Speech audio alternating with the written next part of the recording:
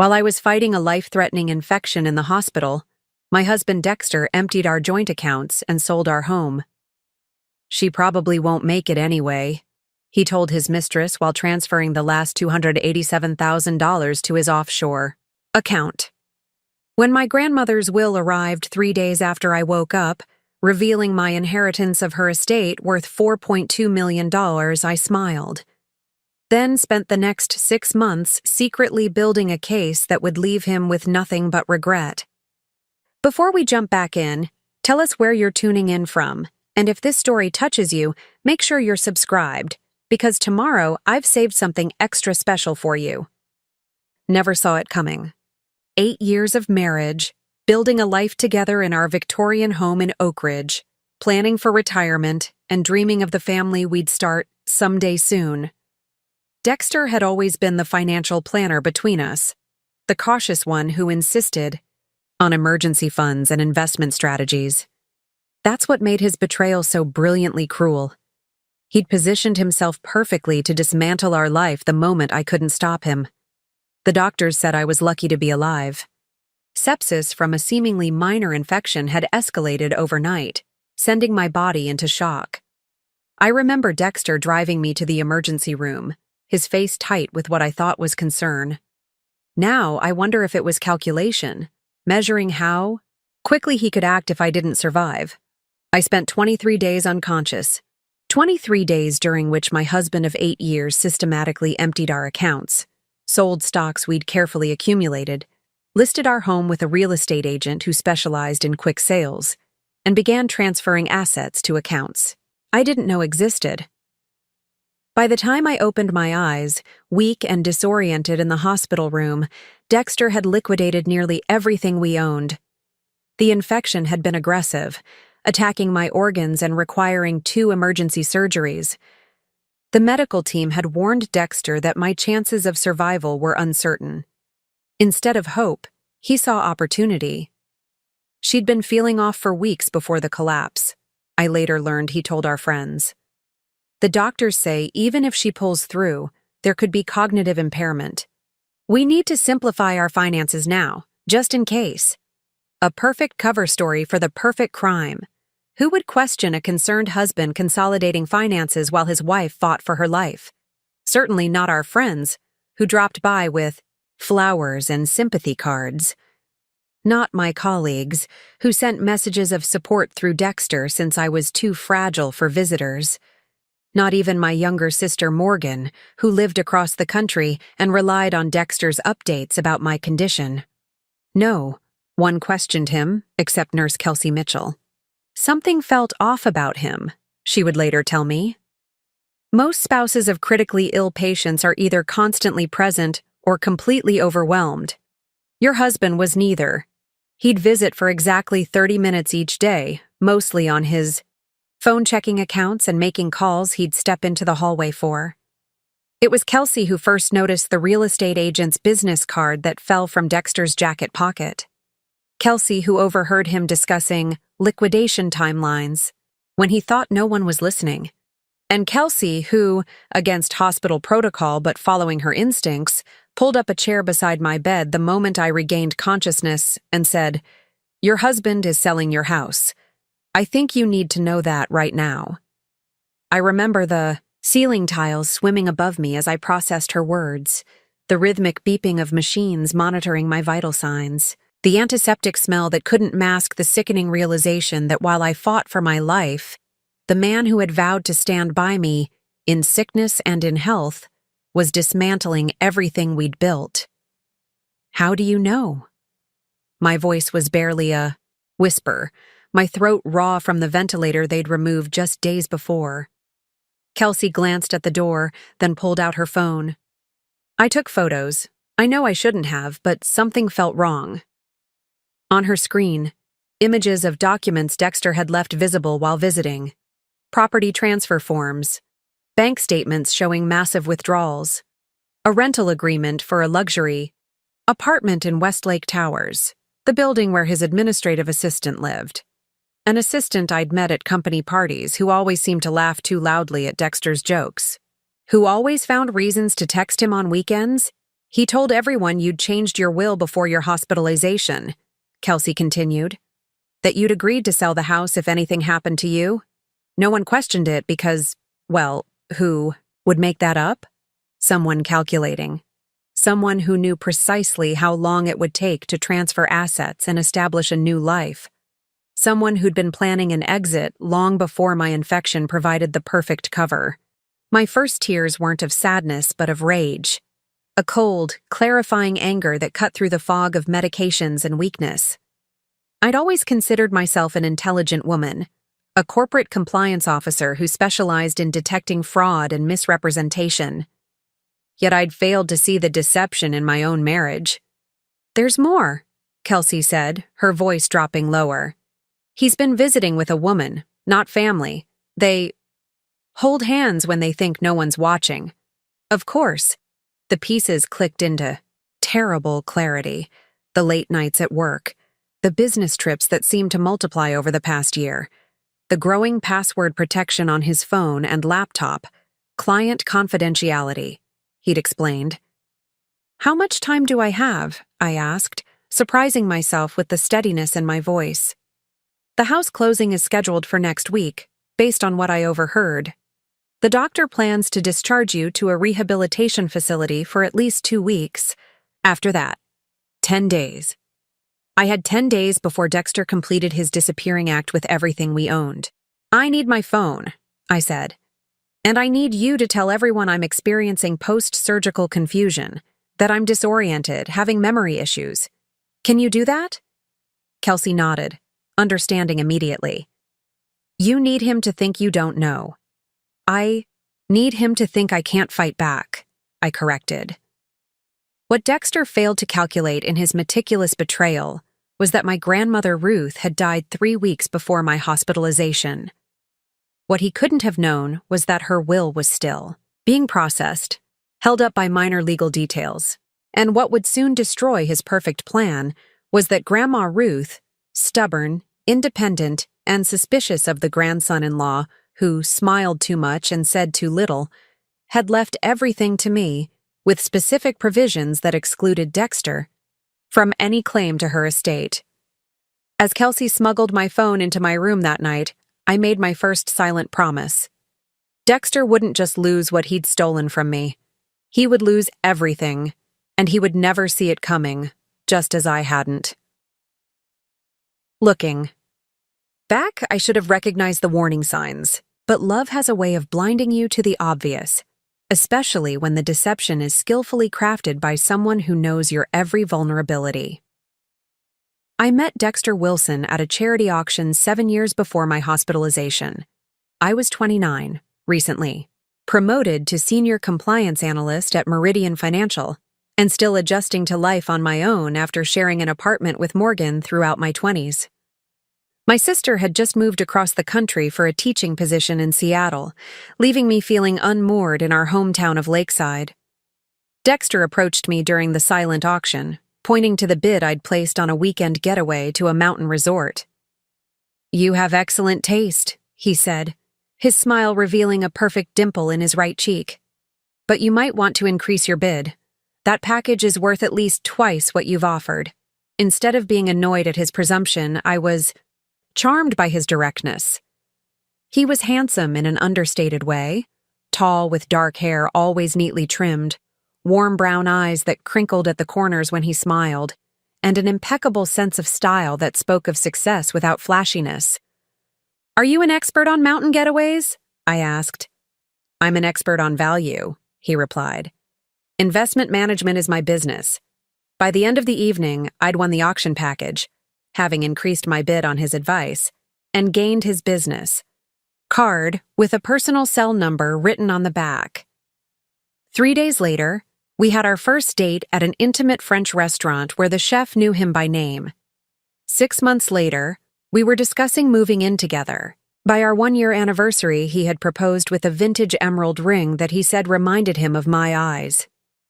"You're the most honest person I've ever met, Ellie," he told me as he slipped the ring onto my finger.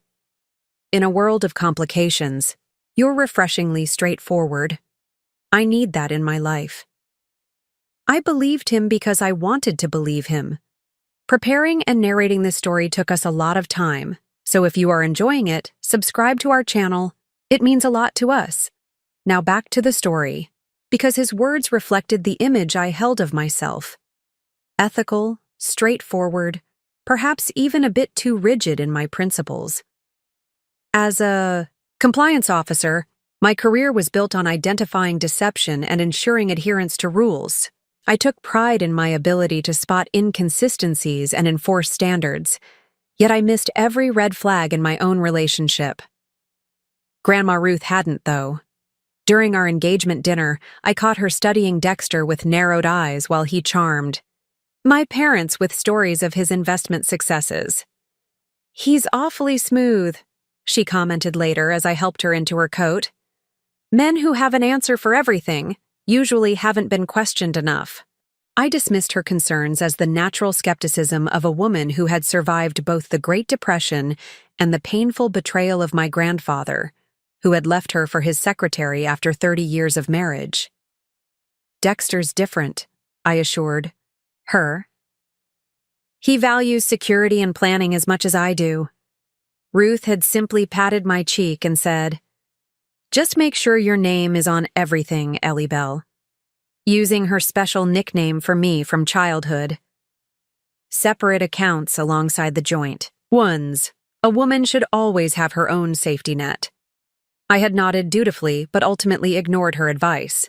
Dexter had been so persuasive about the efficiency of consolidated accounts, about building our life as a true partnership without divisions. I'd prided myself on not being like Grandma Ruth, not letting old wounds dictate my choices in love. Our wedding was modest but elegant, held in the garden of Ruth's Victorian house, the very house that would later become central to my salvation. 50 guests, perfect weather, and vows we had written ourselves. Dexter's included a promise that particularly moved me. "I will be the guardian of your happiness and security, in abundance and in hardship." The early years of our marriage were everything I had hoped for. We purchased our home in Oak Ridge, a charming neighborhood of historical houses that needed updating but had solid bones, as Dexter described it. We spent weekends renovating, turning the century-old house into a blend of classic architecture and modern convenience. I focused on my career, while Dexter's investment business grew steadily. If there were moments that should have given me pause, his insistence on handling all our finances, his reluctance to have children despite our initial agreement to start a family by our 5th anniversary, his growing collection of locked file cabinets in his home office, I rationalized them away. He was detail-oriented. He wanted to be financially secure before bringing children into the world. Client confidentiality required discretion. The truth I didn't want to see was much simpler. Dexter had been constructing an exit strategy from the moment he said, "I do." The infection that nearly killed me began innocuously. Fatigue I attributed to overwork, a persistent low-grade fever I managed with over-the-counter medications. By the time I collapsed in our kitchen, my temperature soaring and my breathing labored, the bacteria had already entered my bloodstream. My last clear memory before the hospital was of Dexter kneeling beside me on the kitchen floor, phone in hand, his voice calm as he described my symptoms to the 911 operator. "Stay with me, Ellie," he said, squeezing my hand. "Everything will be different after this. I promise." A promise he kept, though not in the way I had understood it. As Nurse Kelsey helped me piece together the timeline during those first days of consciousness, I learned that Dexter had begun liquidating our assets within 48 hours of my admission to intensive care. The doctors had given him a grim prognosis. My organs were shutting down. And even if I survived, there might be neurological damage. He had nodded solemnly, asked appropriate questions, and then walked directly to our bank's regional branch to begin transferring funds. "Your condition gave him the perfect cover," Kelsey explained, showing me more photos she'd discreetly taken of documents he'd reviewed during visits. Everyone sympathized with the devoted husband facing his wife's possible death. No one questioned, his need to simplify financial matters during this difficult time. The perfect predator doesn't attack until the prey is weakened. Dexter had waited patiently for an opportunity, and when it came, he moved with the precision of someone who had rehearsed each step mentally for years. As I lay in the hospital bed, still connected to monitors and IV lines, I wondered how I could have been so blind. The woman who had built her professional reputation on detecting fraud had failed to see it sleeping beside her every night for 8 years. Deception is most successful when built on a foundation of partial truths. The most convincing lies are those wrapped in enough honesty to make questioning them feel like paranoia. This was Dexter's true genius, creating a relationship where trust was weaponized against me. Our marriage had been filled with what I now recognized as calculated authenticity. Dexter had been meticulously genuine about small things, creating a pattern of trustworthiness that made it unthinkable to question the larger deceptions. He never forgot an anniversary or birthday. He remembered every friend's name, every office, conflict I mentioned, every preference I expressed casually. He could recall exactly what I'd worn on our first date, that emerald blouse that made your eyes look like summer leaves, and surprised me on our 5th anniversary with a replica he'd had custom made after the original wore out. These thoughtful gestures created a foundation of attentiveness that made his financial secrecy seem like a quirk rather than a warning. When he insisted on managing our investments because you're already mentally exhausted from compliance work, all day, it felt like consideration rather than control. "You've built such a beautiful life together," my friend Deborah had commented at our last dinner party before my illness. She'd gazed around our meticulously renovated living room, with its original crown molding and modern furnishings. "Dexter clearly adores you," and I believed he did. How could I not? He brought me coffee every morning, prepared exactly as I liked. 1 sugar, splash of almond milk, served in the ceramic mug I'd bought on our honeymoon in Portugal. He listened attentively when I spoke about work challenges. He planned thoughtful date nights that always incorporated something meaningful to our history together. My parents adored him. "You hit the jackpot," my mother would say. "A successful man who actually listens when you talk." My father, typically reserved with his approval, had embraced Dexter as the son he never had, spending weekends with him restoring vintage furniture for our home. Only Morgan and Grandma Ruth maintained a sliver of skepticism. Morgan, with her psychological training, once observed after a holiday visit, "He performs affection very well, but I wonder if he's ever spontaneous with it."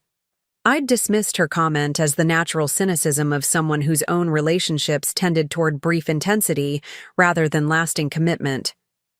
"Not everyone expresses love dramatically," I'd replied defensively.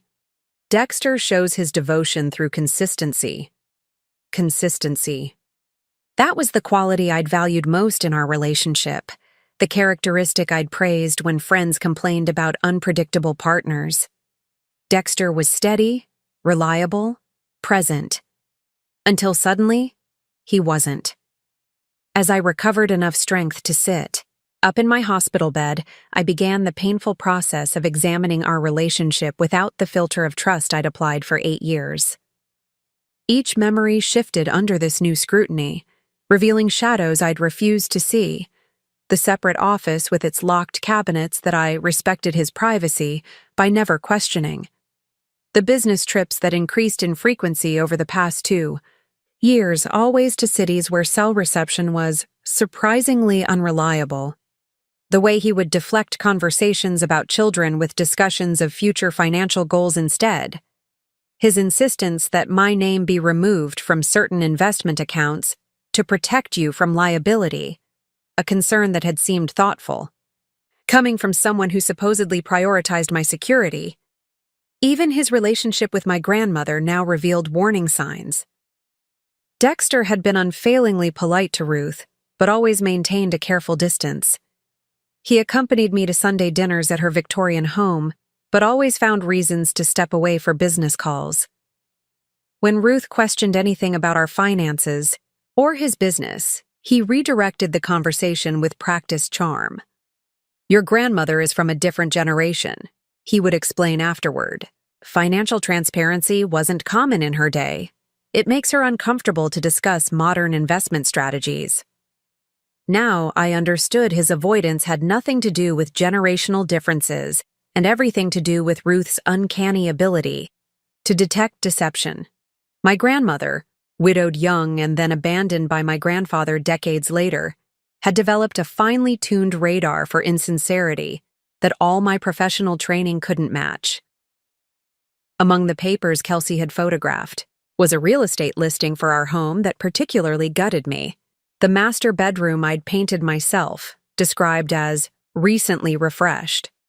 The garden where I'd spent countless weekends, listed as low-maintenance landscaping.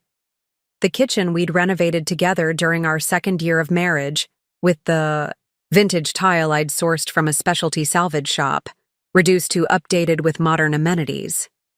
8 years of creating a home, erased and repackaged for quick sale.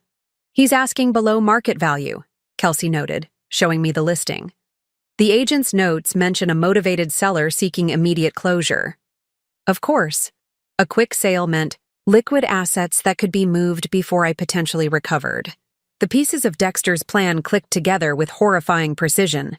Empty the accounts, sell the house, transfer everything to untraceable locations, and establish residence with his mistress before I was coherent enough to contest any of it.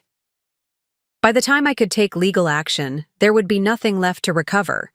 He would express profound regret over making necessary financial decisions during an emotional time, claim he was acting in both our interests given my uncertain prognosis, and walk away with everything we'd built.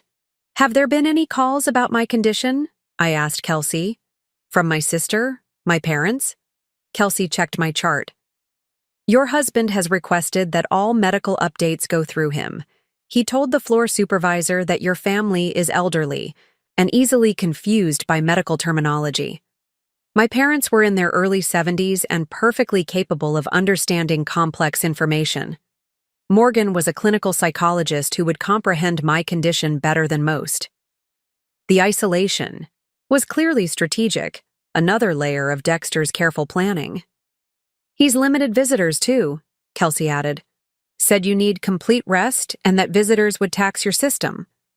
The perfect cover. If no one saw me improving, no one would warn me about what was happening to my life outside the hospital walls. If family couldn't speak directly with my doctors, they would rely entirely on Dexter's filtered updates. On the third day of my conscious recovery, Dexter arrived for his precisely timed 30-minute visit. Following Kelsey's suggestion, I pretended to be significantly more disoriented than I actually was. I slurred words, asked repetitive questions, and stared vacantly for extended periods, a performance of cognitive impairment that gave me the opportunity to study my husband without his knowledge. He was immaculately dressed as always. Charcoal. Suit, crisp white shirt, the blue silk tie I'd given him for his last birthday. His expression was appropriately concerned when nursing staff were present, relaxing into impatience when we were alone. "The doctors say you're stabilizing physically," he told me, scrolling through his phone as he spoke. "But they're concerned about cognitive function. You might need extended rehabilitation." I mumbled something intentionally incomprehensible, watching as relief flickered across his features. "Don't worry about anything," he continued, patting my hand without looking up from his screen. "I'm handling all the practical matters. Just focus on basic recovery." In that moment, studying his familiar profile, the straight nose, the dimple that appeared with even the slightest smile, the precisely trimmed hair at his temples now showing the first strands of distinguished gray, I felt a strange detachment. This man who had shared my bed, my home, my most intimate confidences for 8 years was effectively a stranger. Perhaps he always had been. "House?" I managed to ask, intentionally feeble. His response was smooth, practiced. "Everything's fine at home. I've managed some simplifications to reduce your stress when you return. The doctors think familiar surroundings might be challenging for a while.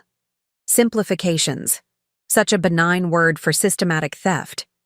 When he left, promising to return the following day, I waited until the door closed before letting my face relax from its manufactured confusion into cold clarity. I had 18 minutes before the next scheduled vitals check, 18 minutes to begin planning my counter strategy. The earliest warning signs had been subtle, so subtle that I'd rationalized each one individually. Only now, with the devastating clarity that comes from betrayal, could I see the pattern they formed. It began approximately 14 months before my illness, around the time Dexter hired Emma Sullivan as his administrative assistant. He'd mentioned the hire casually over dinner, describing her as extremely competent, if a bit overqualified for the role. She had a business degree but had taken time away from her career to care for an ailing parent. Now, at 32, she was rebuilding her professional life. His voice had held appropriate professional admiration, nothing that triggered concern. I met Emma 3 weeks later at Dexter's office holiday party. She was striking rather than conventionally beautiful, tall with auburn hair cut in a precise bob, intelligent green eyes, and a quiet confidence that commanded attention without seeking it. She greeted me with perfect professional courtesy, calling me Mrs. Wilson, despite my insistence on Ellie. "Your husband speaks so highly of you," she'd said, her smile revealing a slight asymmetry that somehow enhanced rather than diminished her appeal. "He says your attention to detail is unmatched." I remember feeling flattered that Dexter discussed me positively with his staff. Now I wonder if that comment had been carefully crafted to disarm me from the beginning. The changes in our home life accumulated gradually after Emma's arrival. Dexter began working later, citing new clients with complex portfolios. Our regular Friday date nights became sporadic, often rescheduled due to client emergencies. He grew increasingly protective of his phone, enabling additional security features and angling the screen away when texting. When I mentioned these changes to Deborah during our monthly lunch, she offered the perspective I wanted to hear. "That's the price of success, isn't it? Adam's the same way since his promotion. The more responsibility they have, the more boundaries they need between work and home." I'd nodded in agreement, suppressing the unease that had prompted my observation in the first place. After all, Dexter's business was growing. The changes in his behavior could be attributed to professional stress, rather than personal deception. I prided myself on being a supportive wife who understood the demands of ambition. Then came the first financial anomaly, a credit card statement with a $340 charge from Riverview Hotel, an upscale establishment downtown. When I mentioned it, casually, expecting a simple explanation of a client meeting or business lunch, Dexter's response had been uncharacteristically flustered. "Tax planning seminar," he'd said after a moment's hesitation. "The firm hosting it arranged accommodation, but there was a billing error. They'll reimburse us." A reasonable explanation, yet something in his delivery felt rehearsed. The reimbursement appeared on our account 2 days later, suspiciously prompt for corporate processing. I now suspect he transferred money from another account to cover the evidence of what was likely a rendezvous with Emma. 6 months before my hospitalization, Dexter suggested restructuring our retirement accounts. "The market's volatile," he explained, showing me projections on his laptop. "We need to diversify differently. I've found some interesting international options that could shield us if the domestic market downturns." I trusted his financial expertise. Why wouldn't I? He managed money for successful professionals across the city. His clients included doctors, attorneys, and corporate executives who entrusted their financial futures to his guidance. The required signatures authorizing these changes felt like a formality, supporting my husband's professional judgment rather than abdicating control of my financial security. When Dexter mentioned opening an account in the Cayman Islands 3 months later, I did experience a moment of genuine concern. "Isn't that where people hide money?" I asked, only half joking. His explanation was comprehensive and reassuring. "It's about legitimate tax efficiency, not evasion," he said, his tone patient rather than defensive. Many prudent investors utilize international banking. The regulations have changed significantly. It's all above board and reported properly to the IRS. He showed me articles from financial publications supporting his claims. He walked me through the supposed benefits to our portfolio's diversification. He made international banking seem like a standard practice for forward-thinking investors.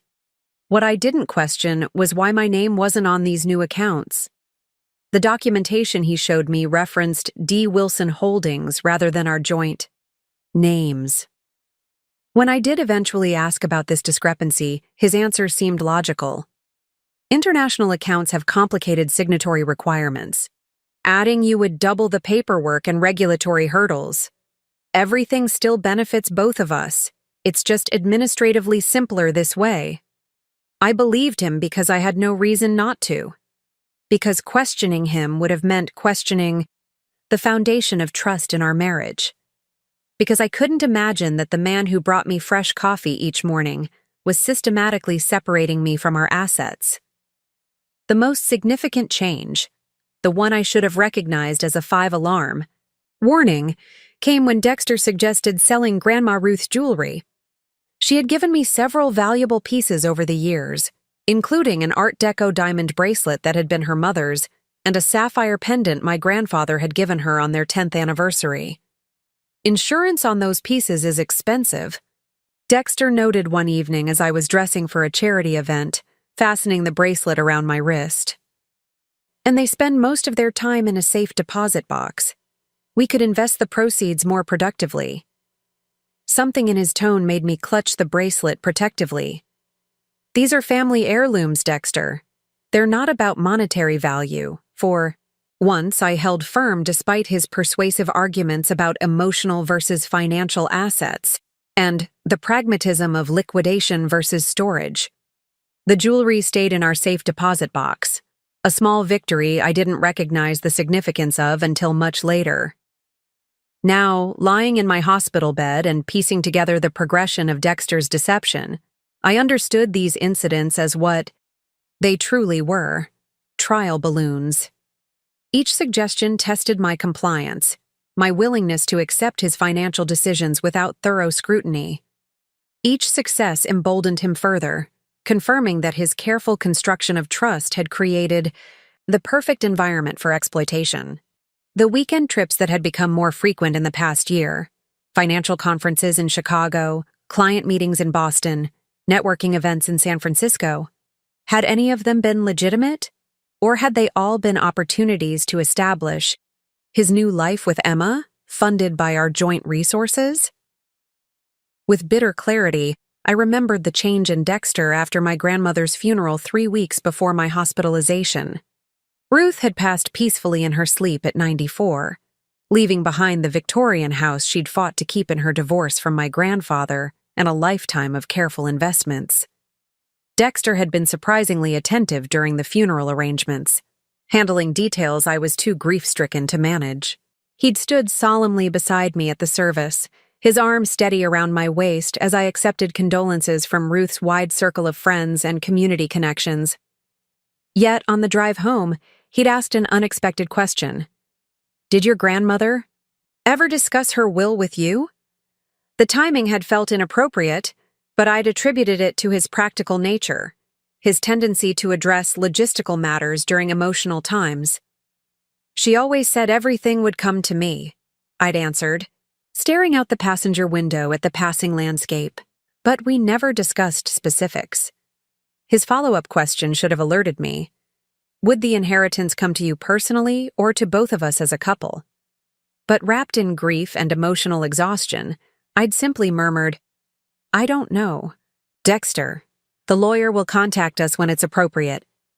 Had that conversation been the catalyst? Had the prospect of an inheritance that might remain legally separate from our marital assets accelerated whatever exit strategy he'd been cultivating? Had my illness merely provided the perfect opportunity for a plan he'd already set in motion? These questions circled in my mind as I watched Dexter during his carefully timed hospital visits, studying his performance of concern while planning my response to his betrayal. The man who believed I was too cognitively impaired to understand my surroundings had no idea that every sympathetic nod, every progress report delivered to the empty air above my head, every whispered phone conversation in the hallway was being cataloged as evidence. "The house closing is next Tuesday," he told someone on the phone, his voice drifting through my partially open door. "The doctors say she'll be transferred to Lakeside Rehabilitation by Thursday. Perfect timing." Perfect timing indeed, but not in the way he anticipated. Nurse Kelsey Mitchell wasn't supposed to be assigned to my case. The scheduling change that placed her on the post-ICU floor during my transfer was a last-minute substitution for a colleague with a family emergency. Had that colleague's child not developed a sudden fever, had Kelsey not agreed to switch shifts, the entire trajectory of my recovery, both medical and financial, might have been drastically different. Some might call it coincidence. I've come to think of it as Grandma Ruth's first intervention from beyond. Kelsey was 34, with 10 years of nursing experience and a lifetime of what she called people-reading skills. With dark curly hair often corralled into a practical bun and observant hazel eyes behind simple glasses, she moved through the hospital with efficient compassion. Patients trusted her instantly. Something about her direct gaze and no-nonsense. Delivery of information inspired confidence even in crisis. "I've worked this floor for 7 years," she told me on the 4th day of my conscious recovery, checking my vitals with practiced precision. You develop a sense for family dynamics. There's a difference between genuine concern and performance. Kelsey's suspicions had been triggered during her first interaction with Dexter, when he'd asked detailed questions about my prognosis, but none about my comfort or immediate needs. Most spouses want to know if you're in pain, if you're afraid, if there's anything they can bring to make you feel more at home, she explained, adjusting my pillows. Your husband wanted to know about cognitive recovery timelines and decision-making capacity. What solidified her concerns was a conversation she overheard while Dexter thought the nursing station was unmanned. Standing in the medication room, with the door ajar, Kelsey had heard him speaking with someone, presumably Emma, about contingency plans if she recovers more quickly than expected. "I couldn't hear everything," Kelsey admitted, "but I distinctly heard him say that, by the time she's coherent enough to understand what's happening, everything will be finalized. The accounts are almost completely transferred." That evening, Kelsey had begun her subtle investigation. She noted the documents Dexter reviewed during visits. She photographed papers he left temporarily unattended when stepping out for calls. She documented conversations and behaviors that struck her as inconsistent with a devoted husband's concerns. "I'm probably overstepping professional boundaries," she acknowledged, showing me the evidence she'd gathered. "But I've seen financial elder abuse in my nursing home rotations. This feels eerily similar, taking advantage of someone who can't defend their interests. The only difference is your vulnerability is temporary. Temporary, if I acted quickly enough." Kelsey became my lifeline to the outside world. While maintaining a professional facade around Dexter and other staff members, she created a parallel information network that kept me informed of his actions. She smuggled in my phone, brought me updates on the house sale from public records she accessed during breaks, and most importantly, contacted Morgan without Dexter's knowledge. "Your sister needs to know what's happening," Kelsey insisted, "and we need someone with legal authority who isn't your husband." I hesitated, calculating risks versus benefits. Morgan lived across the country, teaching psychology at a university in Seattle. Alerting her would mean pulling her away from her responsibilities. More concerning was the possibility that any unusual travel or communication patterns might alert Dexter that his plan had been discovered. "If he realizes I know, he'll accelerate everything," I whispered. "We need him to believe he has time." Kelsey considered this, then offered a solution. What if she doesn't come directly to the hospital? What if she flies in but stays elsewhere, gathering information without his knowledge? The plan took shape between my medical treatments and Dexter's predictable visits. Morgan would fly to Lakeside under the pretense of attending a professional conference, simultaneously investigating Dexter's actions while avoiding any direct contact with him. Kelsey would serve as our secure communication channel, relaying information during her shifts. While we waited for Morgan's arrival, Kelsey expanded her intelligence-gathering activities with remarkable ingenuity. During one of Dexter's visits, she accidentally spilled water on his jacket, necessitating its removal. While apologetically hanging it to dry in the staff area, she quickly searched the pockets, discovering business cards for both a high-end real estate agent specializing in international properties and an offshore banking specialist. "He's not just planning to take your money," she told me, showing me photos of the cards. "He's planning to leave the country with it." Her most valuable discovery came through an unexpected connection. Kelsey's brother Oliver worked in network security for a regional bank. Not our bank, but one that operated in the same financial ecosystem.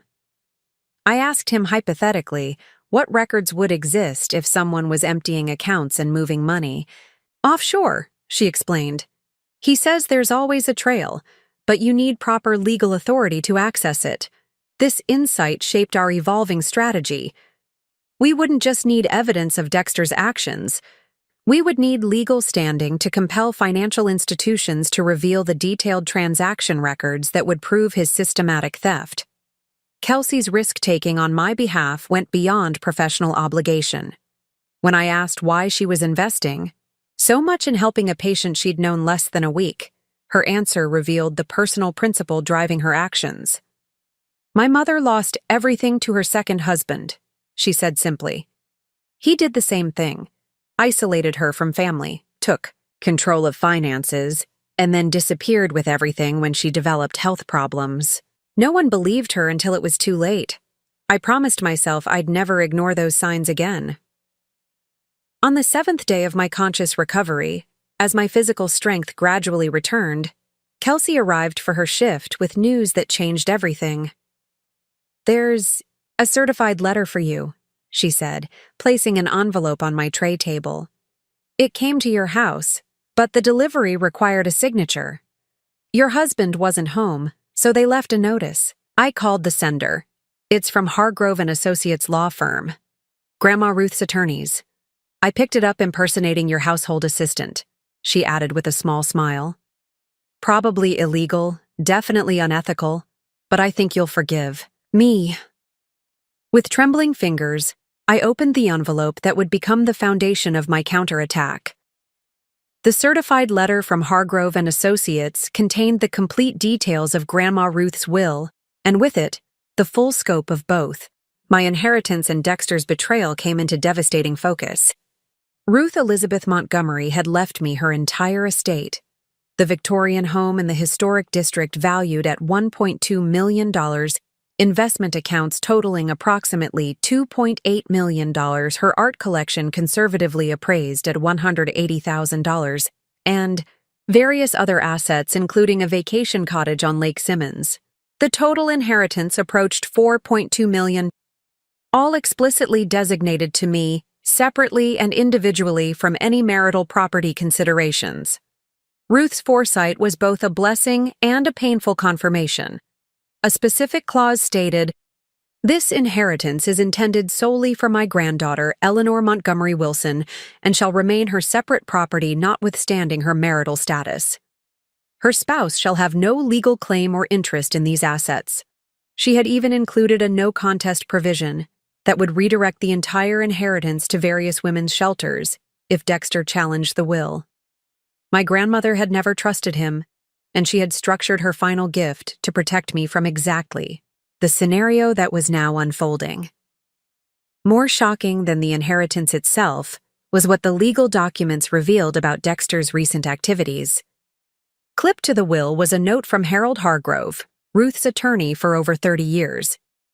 "Mrs. Wilson, I feel obligated to inform you that your husband has contacted our office 3 times since your grandmother's passing, inquiring about the status of her estate and claiming to represent your interests during your illness. As per your grandmother's explicit instructions, we have not disclosed any information to him. He became quite insistent during his last call, suggesting that, as your spouse and financial manager, he had legal authority to receive the inheritance on your behalf. This is categorically untrue under the terms of your grandmother's will. Please contact me at your earliest convenience to discuss the proper transfer of assets. I stared at the papers, mental puzzle pieces locking into place. Dexter's unusual attentiveness after Ruth's funeral, his pointed questions about her will, his accelerated timeline once my illness provided the perfect cover. He hadn't just opportunistically decided to steal our joint assets when I became ill. He had been actively plotting to gain control of my inheritance, likely planning to disappear with both. My hospitalization had simply accelerated a scheme already in motion. I handed the documents to Kelsey, my hands trembling not from weakness but from rage. He knew, I whispered. He knew what was coming to me and planned to take it all. Kelsey scanned the papers, her expression hardening as she understood the implications. The house sale, the account transfers. He's clearing away everything he can legally access before this inheritance arrives. Because once I receive this inheritance, as separate property, he can't touch it without my signature. I finished her thought. He needs to complete his theft of our joint assets before I receive the protection of these separate assets. The calculated precision of his betrayal was breathtaking. Had I died from the infection, a possibility the doctors had apparently communicated as substantial, Dexter would have inherited our joint property automatically as my spouse.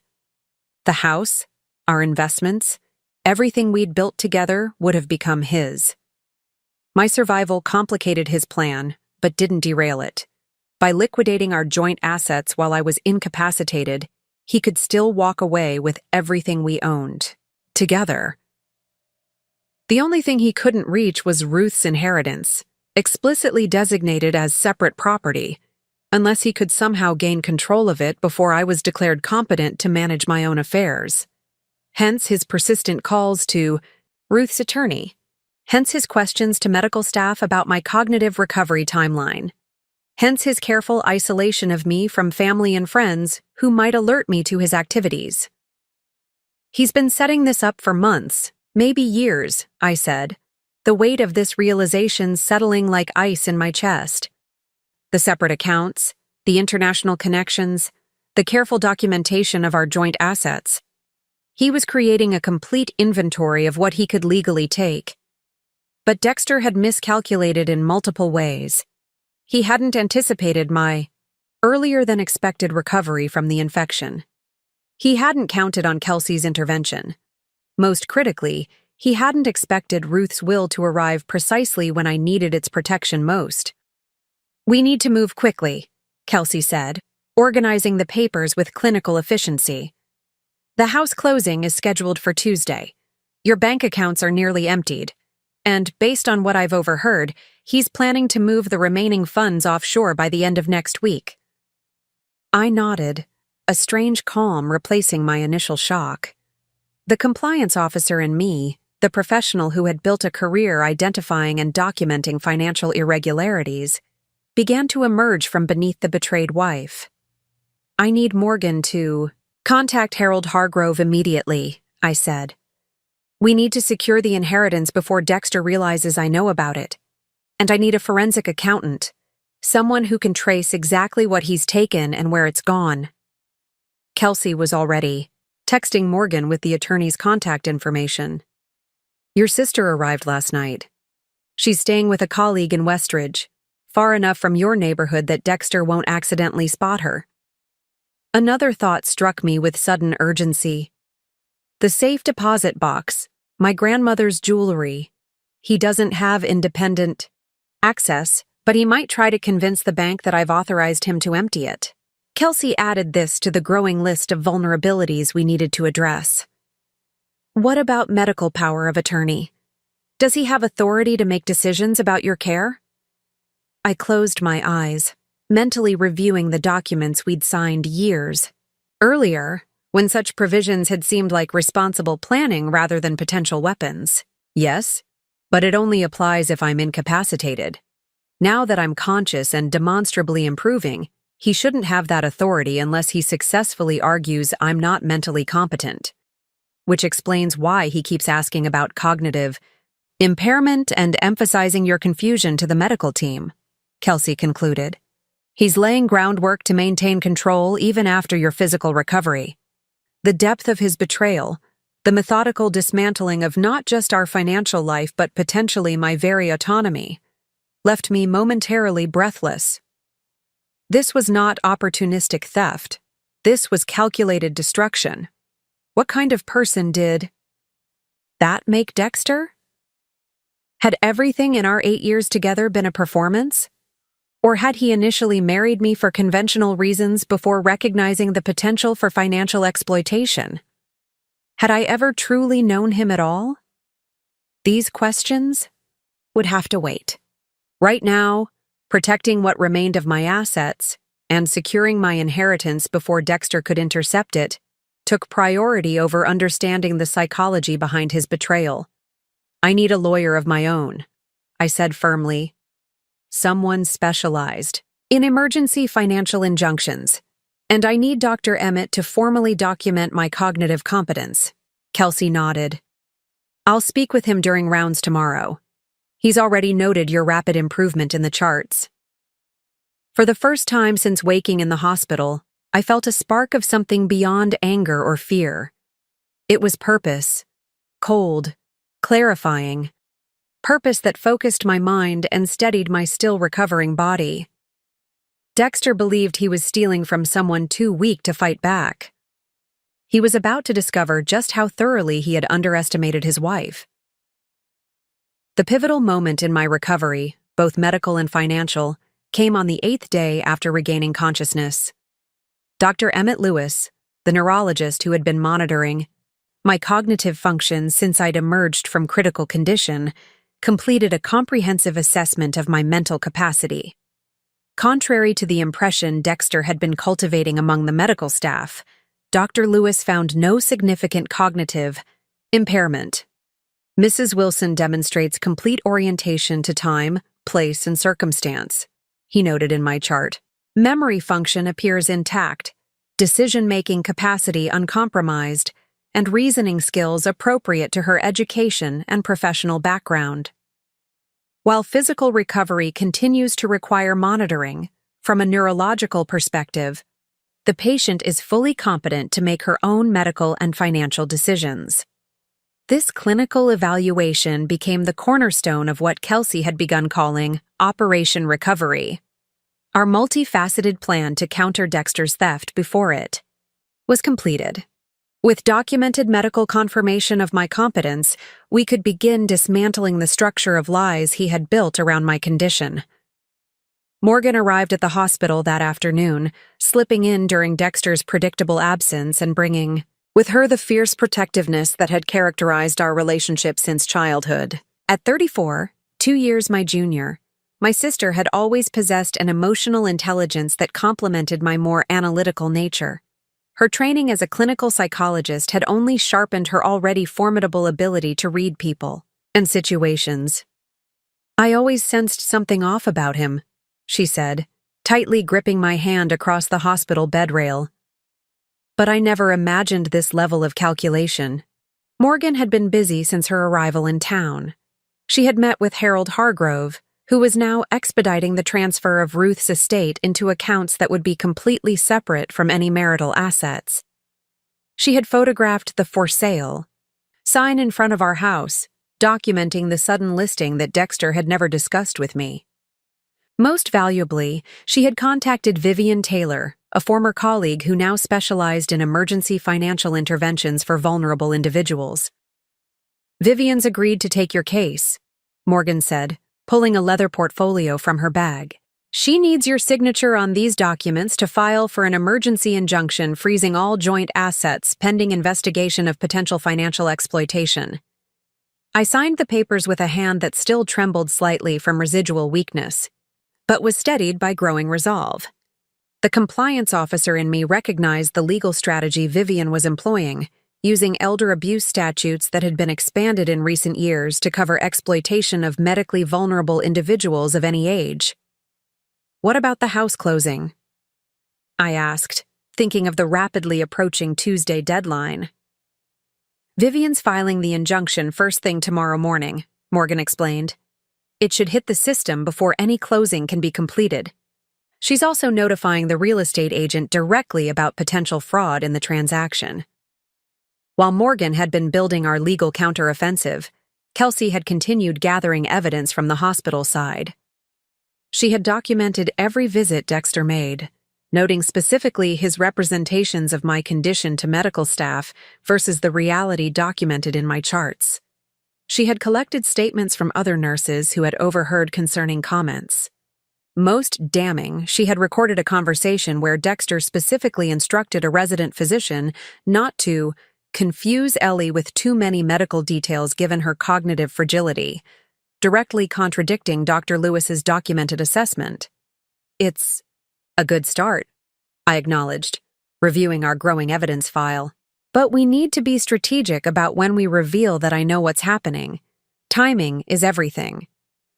I was thinking like an investigator now, not a victim.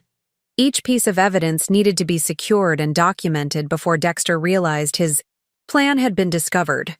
Once he knew I was fighting back, he would likely accelerate his efforts to move assets beyond reach. "The inheritance is the key," I continued, mentally organizing our priorities. "Once Ruth's assets are secured in my name as separate property, we'll have financial resources to fight whatever comes next. But until then, we need Dexter to believe his plan is working." Morgan nodded, understanding my reasoning. "Vivian suggests maintaining the appearance of cognitive impairment while the legal groundwork is being laid.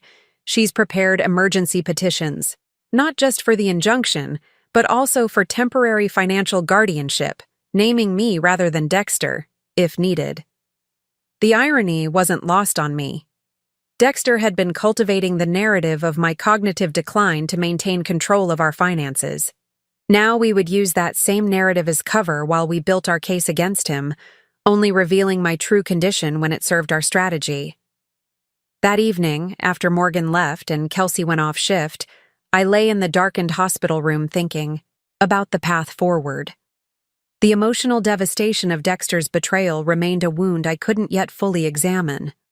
Instead, I focused on the practical challenge before me, reclaiming what was rightfully mine while creating consequences for his actions. For the first time, I allowed myself to imagine an outcome beyond mere damage control. What if I could not only protect my inheritance and recover our joint assets, but also ensure Dexter faced appropriate legal penalties for his actions? What if this betrayal, intended to destroy me financially, instead became the catalyst for a complete reclamation of my independence? I had spent 8 years deferring to Dexter's financial expertise, gradually surrendering control of our shared resources to his supposedly superior knowledge. That deference had nearly cost me everything. Never again would I entrust my security to someone else's management, no matter how convincing their credentials or how intimate our relationship. The next morning brought the first tangible victory in our counteroffensive. Harold Hargrove called Morgan with news that the initial paperwork transferring Ruth's house directly to me had been completed. The property would not pass through probate, thanks to a transfer on death deed Ruth had established years earlier, a shrewd planning move that now worked perfectly for our compressed timeline. "The house is legally yours as of this morning," Morgan reported, showing me the confirmation on her tablet. "Separate property, completely excluded from marital assets. Dexter can't touch it." A weight lifted from my chest, not just because the Victorian home represented significant financial security, but because it had been Ruth's sanctuary for decades. The thought of preserving her home, with its wraparound porch where she'd taught me to play gin rummy in the window seat where she'd read me stories as a child, provided emotional sustenance beyond its monetary value. Kelsey arrived for her shift with more good news. Dr. Lewis has ordered your transfer to the rehabilitation floor tomorrow instead of Thursday. Your physical recovery is progressing faster than expected. The rehabilitation floor meant fewer restrictions on visitors, more freedom of movement, and, crucially, greater privacy for our planning sessions. Each small victory built momentum for the larger battle ahead. Dexter's scheduled to visit at 2, Kelsey reminded me. Same performance as before? I nodded, settling back against the pillows and arranging my features into the slightly vacant expression I'd been practicing. One last confused conversation before things change. The compliance officer who had built her career identifying deception was about to deliver the performance of a lifetime, playing the vulnerable victim while methodically dismantling her betrayer's carefully constructed plan. The turning point wasn't just in my recovery. It was in my fundamental understanding of my own strength. Dexter had seen me as exploitable. He was about to discover just how formidable an adversary I could be. Professional investigators understand that successful cases require more than just evidence. They require meticulous planning, precise timing, and methodical execution. As a compliance officer who had overseen dozens of internal financial investigations, I knew the difference between knowing someone had committed fraud and being able to prove it conclusively.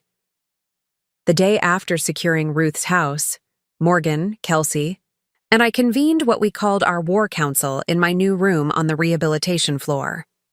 With greater privacy and the improved physical stamina that came with each day of recovery, I could finally engage in sustained strategic planning. We need to map everything Dexter has access to, I began, my professional training taking over. Every account, every asset, every financial connection. Then we categorize them by vulnerability and prioritize our protective actions. Morgan had brought a whiteboard from the nurses' station, and Kelsey had secured the door to ensure privacy. On the board, I began creating a comprehensive inventory of my financial life, both what Dexter had already taken and what remained, at risk. Joint checking and savings accounts at First Meridian Bank, I listed. Approximately $42,000 remaining from an original balance of $178,000, based on Kelsey's photos of statements Dexter reviewed during visits. Investment portfolio with Wilson Financial Services, primarily index funds and municipal bonds. Original value approximately $240,000. Current status unknown. Retirement accounts, my 401k through Meridian Financial, roughly $215,000. Dexter's SEP IRA, value unknown. Real estate, primary residence in Oak Ridge, purchased for $380,000. Current market value approximately $520,000. Currently listed for sale at $475,000. Personal property, household furnishings, my grandmother's jewelry and safe deposit box. 2 vehicles, my Volvo, his Audi. The list continued, creating a comprehensive picture of what we were fighting to protect or recover. Alongside these assets, I noted existing protections and vulnerabilities for each. The first priority is preventing further loss, I explained, thinking through our defensive strategy. Vivian's emergency injunction should freeze the remaining joint assets, but we need to assume Dexter will try to circumvent it. Morgan nodded, taking notes on her laptop.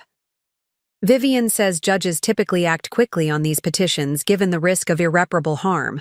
She expects the temporary order by tomorrow afternoon. Next, we need to secure what he hasn't yet accessed. I continued. The retirement accounts have some statutory protection, but we should still place fraud alerts. And someone needs to physically go to the bank to secure the safe deposit box.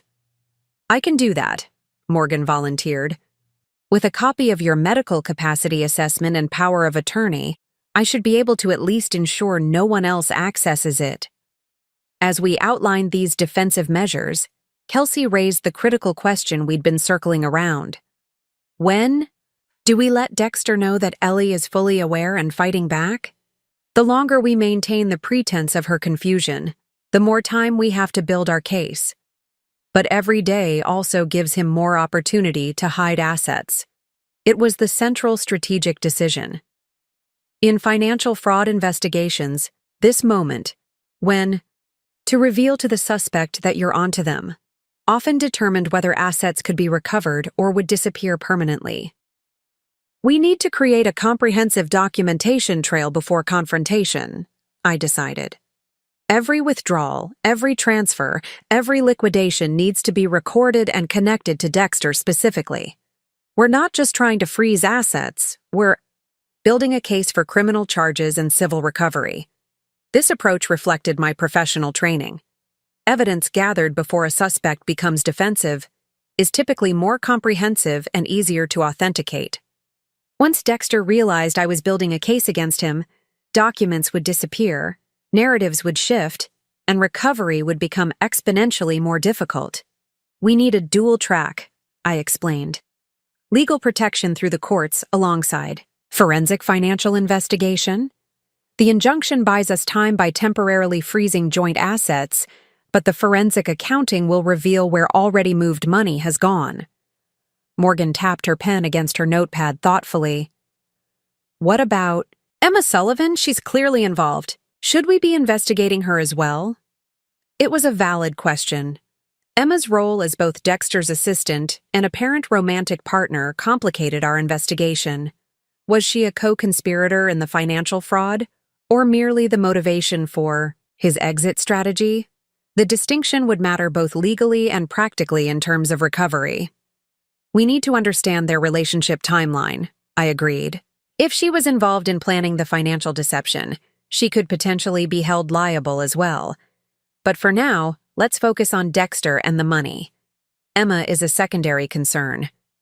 Kelsey, ever practical, redirected us to immediate actions.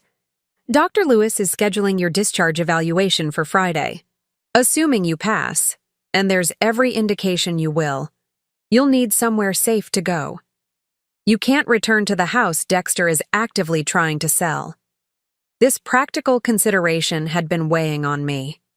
While Ruth's house would eventually provide shelter, the legal transfer of ownership was still being processed. My physical recovery, though progressing well, still required some assistance. And most importantly, my safety might be at risk once Dexter realized his plan had been discovered. I've spoken with Dr. Lewis about extending your hospital stay based on legitimate physical therapy needs, Kelsey suggested. We could potentially buy another week of secure accommodation while legal proceedings advance. Morgan offered an alternative. My colleague has offered her guest house. It's private, secure, and Dexter has no knowledge of her or the location. As we weighed these options, I found myself evaluating risks not just to my financial security, but to my physical safety. The man I had shared my life with for 8 years was systematically stealing everything we owned together. What else might he be capable of when cornered? My strategic planning had to account for this uncomfortable possibility. While I had no evidence that Dexter would resort to physical intimidation or violence, I also had never imagined he would systematically dismantle our financial life. The boundaries of what I believed him capable of had been irrevocably redrawn. We plan for worst-case scenarios, I decided, the investigator in me overriding the emotional discomfort.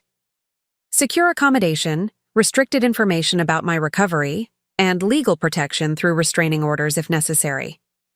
As our planning session continued, a clear strategy emerged, one that leveraged my professional expertise, Ruth's timely inheritance, and the evidence Kelsey had been gathering. We would move methodically, building our case while systematically closing each vulnerability Dexter might exploit. The compliance officer in me recognized this as what we called a progressive disclosure investigation, revealing our knowledge, gradually in strategic phases that each triggered predictable responses from the suspect. These responses typically provided additional evidence while limiting further damage. For the first time since discovering Dexter's betrayal, I felt something beyond anger or determination. I felt the cold clarity of professional purpose, the same mindset that had helped me unravel complex financial schemes throughout my career. Dexter had chosen the wrong woman to betray. He didn't just marry an inheritance, he married a financial investigator with the skills to dismantle his scheme piece by methodical piece. Few people at Meridian Financial knew exactly what my role as compliance officer entailed. Colleagues understood vaguely that I reviewed transactions for regulatory adherence, but the specifics of my work remained largely undefined in casual conversation. This professional obscurity had suited me. Compliance officers generally prefer to work without drawing attention to their investigations. What Dexter had apparently never fully grasped was the specialized nature of my expertise. As senior compliance officer in the Financial Crimes Division, I spent my days identifying sophisticated attempts to conceal money movements, documenting chains of financial evidence, and building cases that could withstand both regulatory scrutiny and legal challenges. "Your husband thinks he married an accountant," Morgan observed as our planning continued. "He doesn't realize he married a financial detective." The description was apt. My daily work involved tracing money through increasingly complex channels, identifying shell companies established to obscure ownership, and documenting financial fraud patterns that perpetrators believed untraceable. I had testified in federal cases involving securities fraud and had received specialized training in forensic accounting techniques specifically designed to unravel deliberately obscured financial trails. These skills, the very expertise that had advanced my career at Meridian, now became my most powerful resource in countering Dexter's theft. "I need access to my professional network," I told Morgan and Kelsey as our strategy evolved. Specifically, I need to contact Alexis Winters. Alexis had been my mentor at Meridian, the woman who had recruited me into financial crimes compliance after recognizing my aptitude for pattern recognition. Now serving as the department director, she had connections throughout the banking industry and relationships with financial crimes investigators at multiple regulatory agencies. "She can help us trace the money faster than conventional legal channels," I explained. "And she can place informal alerts within the banking network that might flag suspicious transfers before they're completed." Morgan made the call from my hospital room, putting it on speaker once Alexis answered. "Morgan Wilson? Ellie's sister?" Alexis's crisp, professional voice conveyed immediate concern. "Is everything all right? We heard Ellie was hospitalized." "That's why I'm calling," Morgan replied. "Ellie's here with me and needs to speak with you. It's urgent and confidential." I briefly explained the situation, my hospitalization, Dexter's systematic theft during my incapacitation, and our current counteroffensive. Alexis listened without interruption, her silence conveying the focused attention I remembered from our years working together. "Let me get this straight," she said when I finished. "Your husband has been liquidating your joint assets while you were incapacitated, appears to be transferring funds offshore, and is attempting to sell your home before you can legally intervene." "That's the situation," I confirmed. "We've secured an emergency injunction to freeze remaining domestic assets, but we need to trace what's already been moved." Alexis's response was immediate and resolute. "I'll activate our financial intelligence network. If he's moving substantial sums, especially internationally, it will leave markers in the system, no matter how careful he thinks he's being." What followed was a masterclass in financial investigation resources. Alexis outlined the tools available to us, both formal and informal, that could help document Dexter's actions and potentially recover diverted funds. Suspicious activity reports would have been automatically generated for large transfers, she explained. "Those aren't typically accessible to private parties, but I have contacts at FinCEN who might provide information given the circumstances." She continued methodically. "International transfers require correspondent banks, intermediaries that facilitate cross-border movements. Each leaves transaction records that can be subpoenaed with proper legal authority. Most valuably, Alexis offered access to Meridian's proprietary financial tracking software, tools designed specifically to identify and document sophisticated fraud schemes. I can assign one of our forensic specialists to run traces on accounts you identify. We'll need formal authorization once you're discharged, but I can begin preliminary work immediately given the time-sensitive nature. This professional support represented a resource Dexter couldn't possibly have anticipated. He might understand conventional banking well enough to establish offshore accounts, but he had no experience with the specialized systems designed specifically to catch people attempting exactly what he was doing. As Alexis outlined next steps, I felt the first genuine confidence that we might not only stop further theft, but potentially recover what had already been taken. "Send me everything you have so far," Alexis instructed. "Account numbers, transaction dates, any documentation of transfers or withdrawals. Our systems can establish patterns even with incomplete information."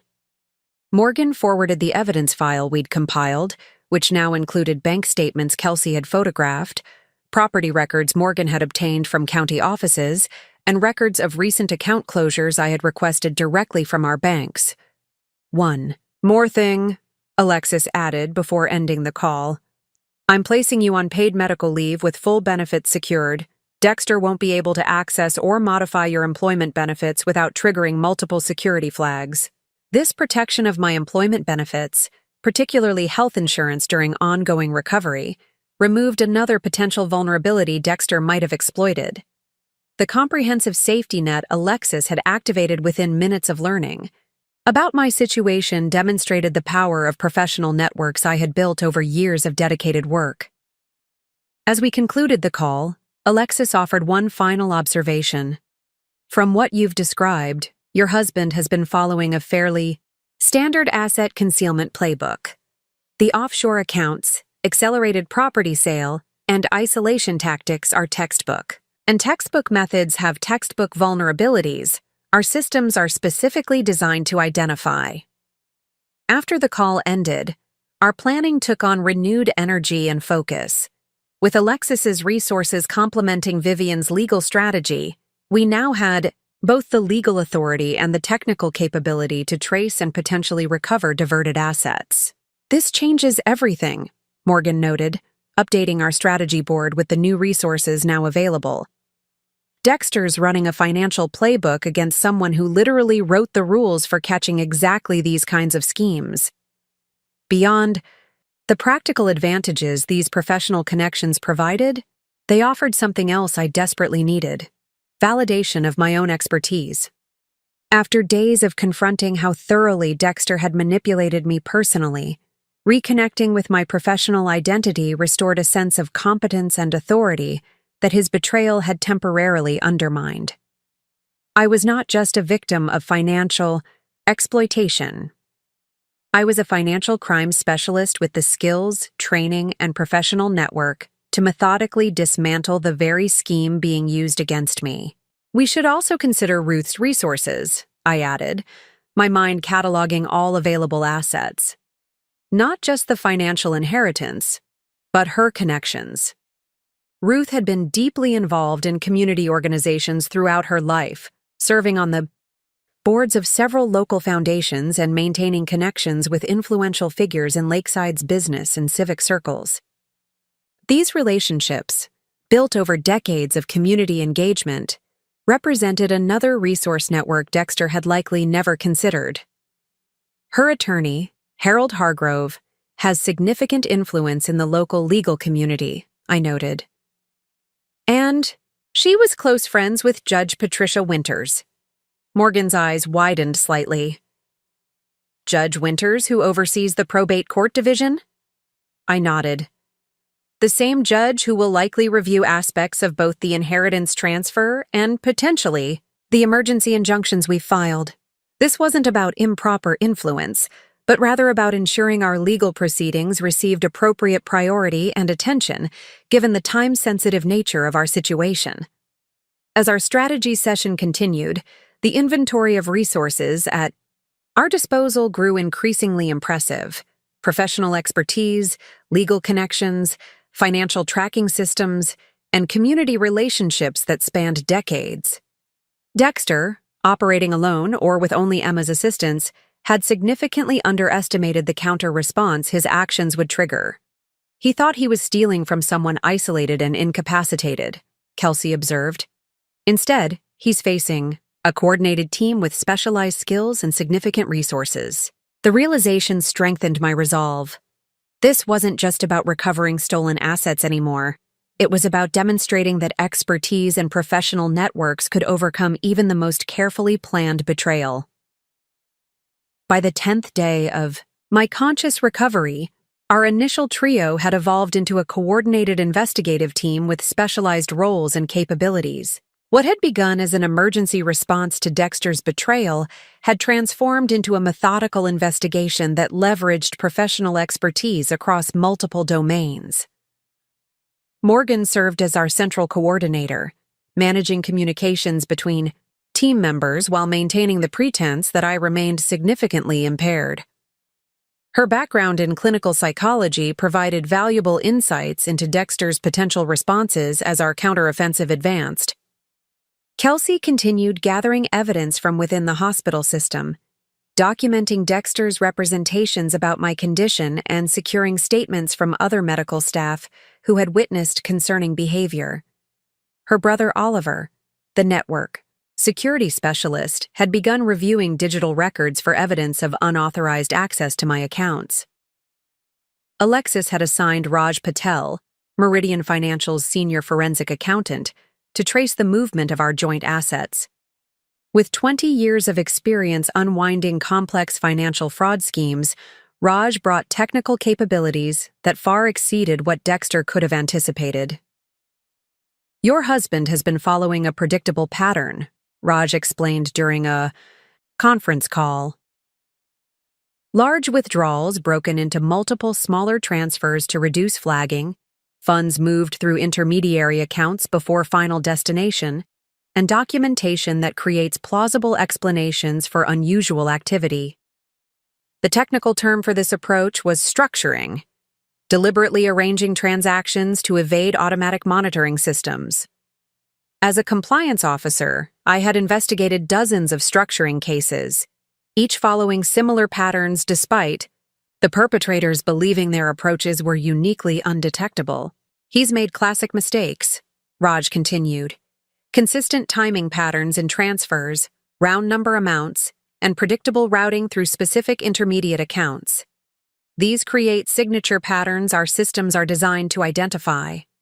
Within 48 hours of beginning his investigation, Raj had traced approximately $142,000 to a holding account in Grand Cayman, funds withdrawn from our joint investment portfolio and transferred through 3 domestic accounts before moving offshore. "He believes this money is now beyond reach," Raj explained. "But what he doesn't understand is that Cayman financial institutions maintain transaction records that can be accessed through proper legal channels. The era of true banking secrecy largely ended with international cooperation agreements following various financial crises. Vivian Taylor, our legal specialist, had successfully secured the emergency injunction freezing our remaining joint assets. More importantly, she had filed for expedited discovery, a legal process that would compel financial institutions to provide transaction records that would further document Dexter's activities. "The judge was particularly concerned about the timing," Vivian reported. "The acceleration of financial activities during your hospitalization created a clear pattern that justified emergency intervention. Harold Hargrove, Ruth's attorney, had not only expedited the inheritance transfer, but had also connected us with retired Detective Adam Reeves, who specialized in financial exploitation cases.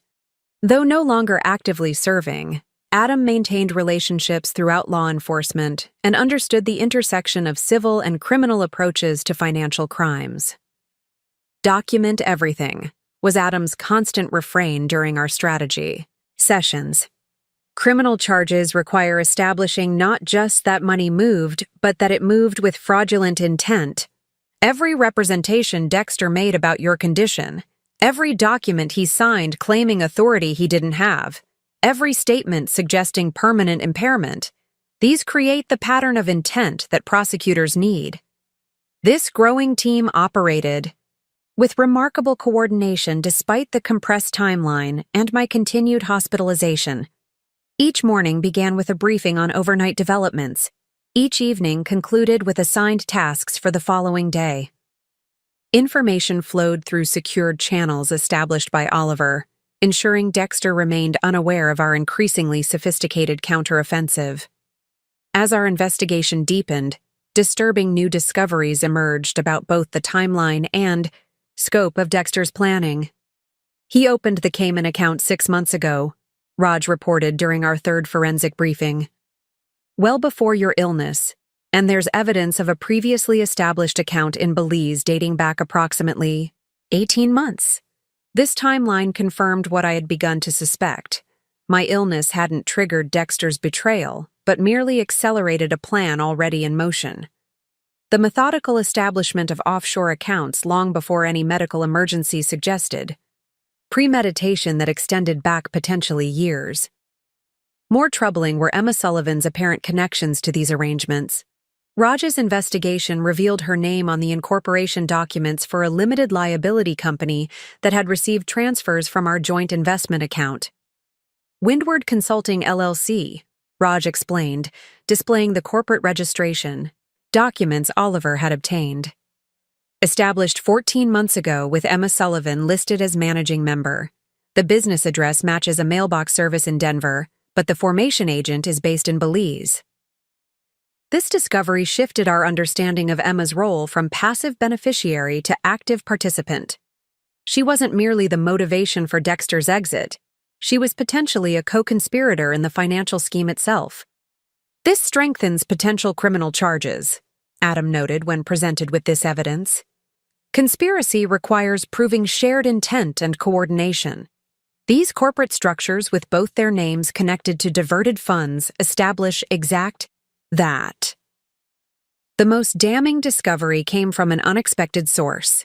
Dr. Emmett Lewis, reviewing my complete medical file as part of discharge planning, identified concerning patterns in my admission blood work.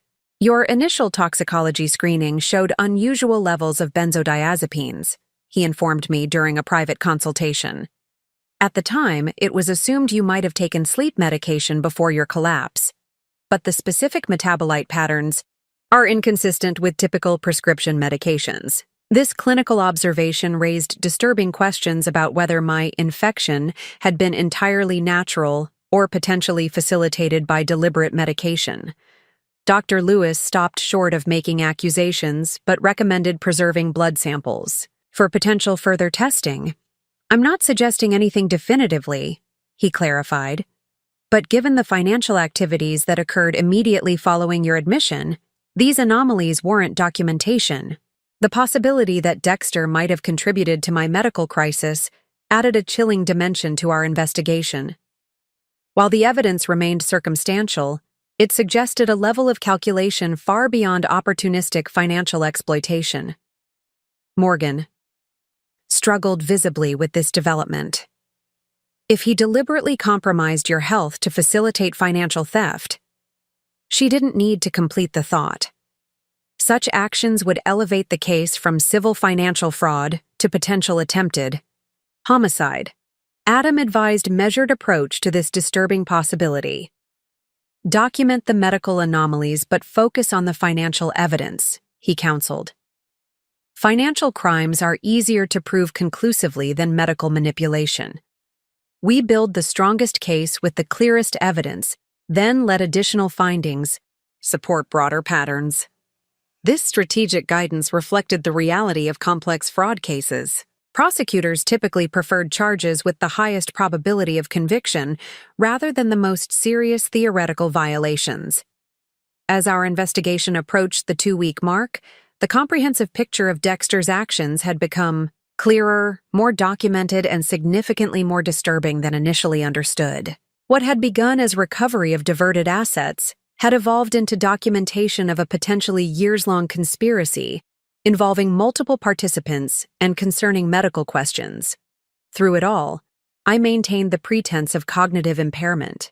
During Dexter's increasingly infrequent hospital visits, Each performance became more challenging as anger and betrayal crystallized into comprehensive understanding of his actions. But strategic necessity outweighed emotional catharsis. Maintaining the element of surprise remained essential to our recovery efforts. The compliance officer in me recognized that we were approaching the critical phase where investigation transforms into action. The evidence was substantial, the team assembled, and the legal groundwork established. What remained was determining the optimal moment to confront Dexter with the consequences of his betrayal. In complex financial investigations, timing is often the difference between recovery and permanent loss. Move too quickly, and evidence remains incomplete. Delay too long, and assets disappear beyond practical reach. The perfect intervention point balances maximum evidence development against minimum continued risk. By the 15th day of my conscious recovery, our team had identified an approaching window of opportunity that aligned multiple factors in our favor. The convergence of several critical events created what Adam called the ideal intervention timeline. First, the house closing scheduled for the following Tuesday represented Dexter's largest remaining liquidation target. With an expected sale price of $475,000, our home equity constituted the most significant joint asset he hadn't yet fully diverted. The emergency injunction had temporarily halted the sale, but Dexter was actively challenging that order through his attorney. Second, bank records obtained through expedited discovery revealed pending transfers from domestic accounts to the Cayman holding company, scheduled for execution on Wednesday. These transfers, totaling approximately $86,000, would move the last substantial domestic funds beyond immediate legal reach. Third, Dexter had booked one-way flights to Grand Cayman for himself and Emma, departing Friday evening, a discovery made by Oliver through access to airline reservation systems. This travel timing suggested he anticipated completing his financial extraction by then, with no intention of returning. Friday represents his exit point, Adam concluded during our strategy session. He believes the house closing will proceed Tuesday, the final transfers will clear Wednesday, and he'll have Thursday to resolve any remaining details before departure Friday. What Dexter didn't know was that our countermeasures were already disrupting this timeline. The emergency injunction had not only frozen remaining accounts, but had triggered fraud investigations at 2 banks. His attorney's challenge to the injunction had been scheduled for Thursday morning, deliberately placed on Judge Patricia Winter's docket through Harold Hargrove's procedural request for a specific judicial assignment. Thursday morning creates our perfect timing window, Vivian explained. He'll appear in court to challenge the injunction, unaware that we've developed comprehensive evidence of systematic fraud. When the judge upholds and potentially expands the asset freeze, he'll realize his plan has been compromised.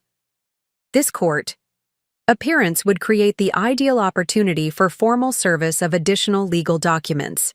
Divorce papers citing financial exploitation, criminal complaints filed with the district attorney's office, and civil recovery actions naming both Dexter and Emma as defendants. The psychological impact will be significant, Morgan noted. He believes he's challenging a routine temporary freeze based on medical confusion. Instead, he'll face comprehensive legal consequences with substantial evidence already secured. This timing strategy leveraged Dexter's own overconfidence.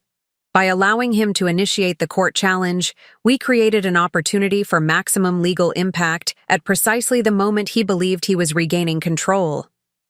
He'll learn simultaneously that his wife is fully competent, his financial manipulations thoroughly documented, his co-conspirator equally implicated, and his escape plan compromised, Adam summarized. That convergence of realizations tends to trigger mistakes rather than calculated responses. The final element of our timing strategy involved my hospital discharge. Dr. Lewis had approved my release for Wednesday afternoon, allowing me to establish residence at Ruth's house, now legally transferred to my ownership, before Thursday's court hearing. Your physical presence in court, demonstrating clear cognitive function, becomes the final element he doesn't anticipate, Vivian advised. When combined with the documented evidence, it creates maximum impact. With our intervention timeline established, each team member focused on final preparations for Thursday's confrontation.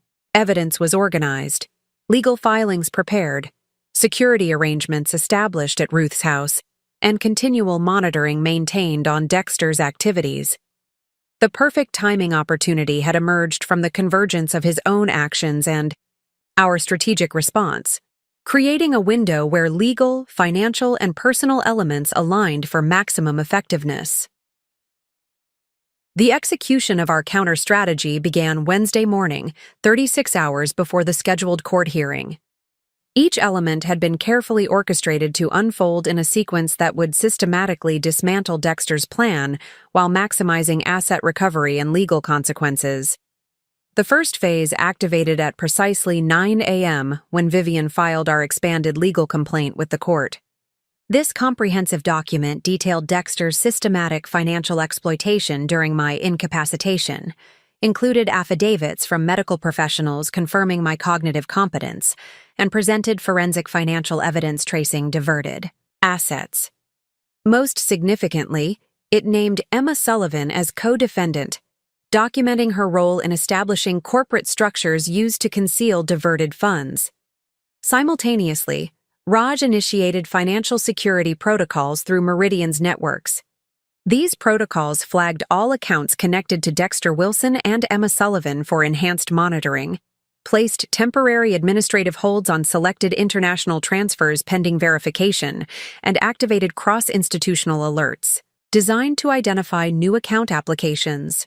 Financial institutions maintain shared security networks precisely for fraud scenarios, Raj had explained during our planning session. Once high-risk indicators are flagged in the system, any new financial activity will trigger immediate review. At 11:30 a.m., Adam delivered our evidence package to Detective Sarah Martinez in the Financial Crimes Division of the Lakeside Police Department. This carefully organized documentation established the legal elements required for criminal charges: unauthorized access to financial accounts, deliberate misrepresentation of medical condition to facilitate theft, and interstate movement of fraudulently obtained funds. Martinez will review, but not act immediately, Adam had advised. The goal is having charges prepared but not filed until after Thursday's hearing. This prevents Dexter from being warned through the criminal process before the civil confrontation, the SAR. Most personally significant phase of our plan began at 2:00 p.m. when Dr. Lewis signed my hospital discharge papers. After 17 days of hospitalization, including 15 days of conscious recovery and strategic planning, I was officially returning to independent living. Morgan accompanied me from the hospital not to the home Dexter was attempting to sell, but to Ruth's Victorian house that now belonged to me. Walking through the front door of my grandmother's home, now my home, produced a complex wave of emotions. Grief for Ruth's absence mingled with gratitude for her foresight in protecting her assets from Dexter's reach. The familiar surroundings, the antique grandfather clock in the entryway, the built-in bookshelves filled with classics Ruth had collected over decades, the stained glass window that cast colorful patterns across the hardwood floors, provided both comfort and strategic advantage. "He doesn't know you're here," Morgan reminded me as we settled into the living room. "He believes you're being transferred to Lakeside Rehabilitation Facility tomorrow morning." This misperception was deliberate, maintained through Kelsey's careful management of information within the hospital system. Official records indicated a scheduled Thursday morning transfer that would never occur, creating a window where Dexter would be uncertain of my exact location. The final preparatory phase unfolded Wednesday evening when Oliver confirmed that Dexter had checked in for his Thursday morning court appearance through his attorney's online portal. This digital confirmation indicated he intended to personally attend the hearing challenging the emergency injunction, exactly as we had anticipated. "He's committed to the timeline," Oliver reported during our final strategy call. "Airline reservations remain unchanged for Friday evening. He clearly expects to resolve the injunction issue tomorrow, and complete financial movements before departure. As evening settled over Ruth's Victorian home, our team conducted final reviews of each component. Legal documents were verified, evidence, packages confirmed, and security protocols tested. Morgan would accompany me to court, while Adam and Vivian would manage the legal proceedings. Raj would monitor financial systems in real time, prepared to trace any last-minute attempts to move assets.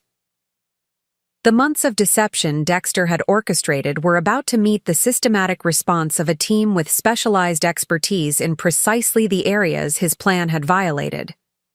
His careful extraction of our joint assets, conducted while he believed me incapacitated and isolated, would face the coordinated counteroffensive he never anticipated. Before retiring to Ruth's guest bedroom, now temporarily mine, I paused. At the window overlooking the garden she had tended so meticulously. Tomorrow would bring confrontation, legal consequences, and the formal dismantling of my marriage. Yet beneath the trepidation, I felt something unexpected, a quiet confidence in my own capabilities and the team we had assembled. Dexter had fundamentally misjudged not just my recovery timeline, but the professional resources and personal resilience his betrayal would activate. That misjudgment would become evident in less than 12 hours. Courtroom 307 of the Lakeside County Courthouse maintained the formal austerity typical of judicial proceedings. Dark wood paneling, the state seal, mounted prominently behind the judge's bench, and the subtle but pervasive tension of consequential decisions. I sat beside Morgan in the second row, positioned to observe Dexter without being immediately visible from the entrance. He arrived at 9:42 a.m., precisely 18 minutes before the scheduled hearing. As always, his appearance was meticulously managed: charcoal suit with subtle pinstripes, crisp white shirt, burgundy tie secured in a perfect Windsor knot. The confidence in his posture suggested a man who anticipated a minor procedural matter rather than a life-altering confrontation. Beside him walked a man I recognized as James Thornton, a local attorney known for handling business transactions rather than complex litigation. This choice of legal representation confirmed our assessment. Dexter expected to easily dismiss the emergency injunction as a misunderstanding resulting from my supposed cognitive impairment. They settled at the respondent's table, Dexter leaning forward to whisper something that prompted a small smile from his attorney. Neither glanced toward the gallery where I sat, my presence still unnoticed amid the routine activity of the court. At precisely 10:00 a.m., the bailiff called the court to order as Judge Patricia Winters entered, a woman in her early 60s whose reputation for meticulous attention to financial matters had made her Ruth's friend and professional ally for decades. "We're hearing emergency motions in Wilson versus Wilson," Judge Winters announced, reviewing the documents before her. "I understand there are expanded filings this morning?" Vivian rose from the petitioner's table. "Yes, Your Honor. We've submitted comprehensive documentation regarding the systematic financial exploitation outlined in our original emergency petition. Additionally, we've named Emma Sullivan as co-respondent based on evidence of her participation in diverting marital assets." Dexter's posture shifted subtly, the first indication that proceedings weren't following his anticipated script. His attorney appeared momentarily confused, flipping through papers as if searching for references to these expanded allegations. "Furthermore," Vivian continued, "the petitioner is present in court today and prepared to testify regarding her medical condition and financial circumstances. This statement triggered the moment I had anticipated for 15 days. Dexter's head snapped up, eyes scanning the courtroom until they locked with mine. The progression of emotions across his face occurred in microseconds but revealed volumes: initial confusion, dawning recognition, momentary disbelief, and finally, unmistakable alarm. I held his gaze steadily, allowing no hint of the emotional turmoil beneath my composed exterior. The compliance officer who had investigated dozens of financial fraud cases was now witnessing the moment a perpetrator realizes their scheme has been discovered. That unique blend of panic, calculation, and desperate recalibration. Judge Winters noticed the exchange. I take it the petitioner is present? Would she please identify herself for the record? I stood, smoothing the tailored navy suit I had specifically selected for this appearance. Eleanor Montgomery Wilson, Your Honor. The judge nodded. Mrs. Wilson, I understand from these filings that you were recently hospitalized but have been discharged? Yes, Your Honor. I was discharged yesterday afternoon following successful treatment for a severe infection and have recovered full cognitive function, as documented in the medical assessments included in our filings. Dexter leaned toward his attorney, whispering urgently. The lawyer appeared increasingly concerned, reviewing documents with growing agitation before addressing the court. Your Honor, this is highly irregular. We were informed that Mrs. Wilson was suffering significant cognitive impairment and would be transferred to a rehabilitation facility this morning. These expanded allegations and her unexpected appearance require time for proper response. Judge Winters studied the attorney with measured skepticism. Mr. Thornton, the court has received extensive medical documentation confirming Mrs. Wilson's cognitive competence, including assessments from 3 independent specialists. Are you suggesting these medical professionals have misrepresented her condition? No, Your Honor, but my client has been operating under different medical information Information provided by whom? The judge interrupted. The question hung in the air, its implication unmistakable. Dexter's attorney hesitated, suddenly aware of the precarious position. We request a continuance to properly address these expanded allegations, he finally stated, avoiding the direct question. Judge Winters reviewed the documents before her, then looked directly at Dexter. Mr. Wilson, these filings contain extremely serious allegations regarding your management of marital assets during your wife's hospitalization. They include documented evidence of substantial transfers to offshore accounts, attempts to sell jointly owned property without proper authorization, and coordination with Ms. Sullivan in establishing corporate structures that received diverted funds, she continued, her tone measured but firm. Given the comprehensive evidence presented and the risk of irreparable harm through further asset dissipation, I am not only upholding the emergency injunction, but expanding it to include all financial accounts and assets connected to both you and Ms. Sullivan, including those established internationally. The impact of this ruling registered visibly on Dexter's face, the controlled facade crumbling as he realized the comprehensive nature of our counteroffensive. This wasn't merely a temporary delay to his plans, it was their complete dismantling, through legal mechanisms he hadn't anticipated. The moment of impact, that pivotal point where betrayal meets consequence, had arrived with devastating precision. The formal consequences of Dexter's actions cascaded with a momentum he clearly hadn't anticipated. Following Judge Winters' expansion of the emergency injunction, the procedural gears of legal accountability began turning with inexorable precision. As we exited the courtroom, Adam nodded to Detective Martinez, who approached with 2 uniformed officers. The detective's timing had been coordinated to coincide with the conclusion of the civil hearing, ensuring maximum impact while maintaining procedural propriety. Mr. Wilson, Detective Martinez stated formally, I need to speak with you regarding an ongoing investigation into financial exploitation and fraud. Please come with me. Dexter's attempt at composure faltered visibly. This is ridiculous. Whatever my wife has told you. This isn't simply based on statements, sir, Martinez interrupted. We have documented evidence of unauthorized financial transactions, misrepresentations to financial institutions, and interstate wire transfers executed under fraudulent pretenses. While not a formal arrest, the police interview would initiate the criminal process that our evidence package had set in motion. As Dexter was escorted away by the officers, his attorney trailing behind in evident confusion, I experienced a complex emotional response, not satisfaction or vindication, but a somber recognition of necessary consequences. Outside the courthouse, reporters from 2 local news outlets approached, Alerted by the public nature of the court filings, financial exploitation cases rarely attracted media attention, but the substantial amounts involved and Dexter's standing in the investment community had apparently triggered journalistic interest.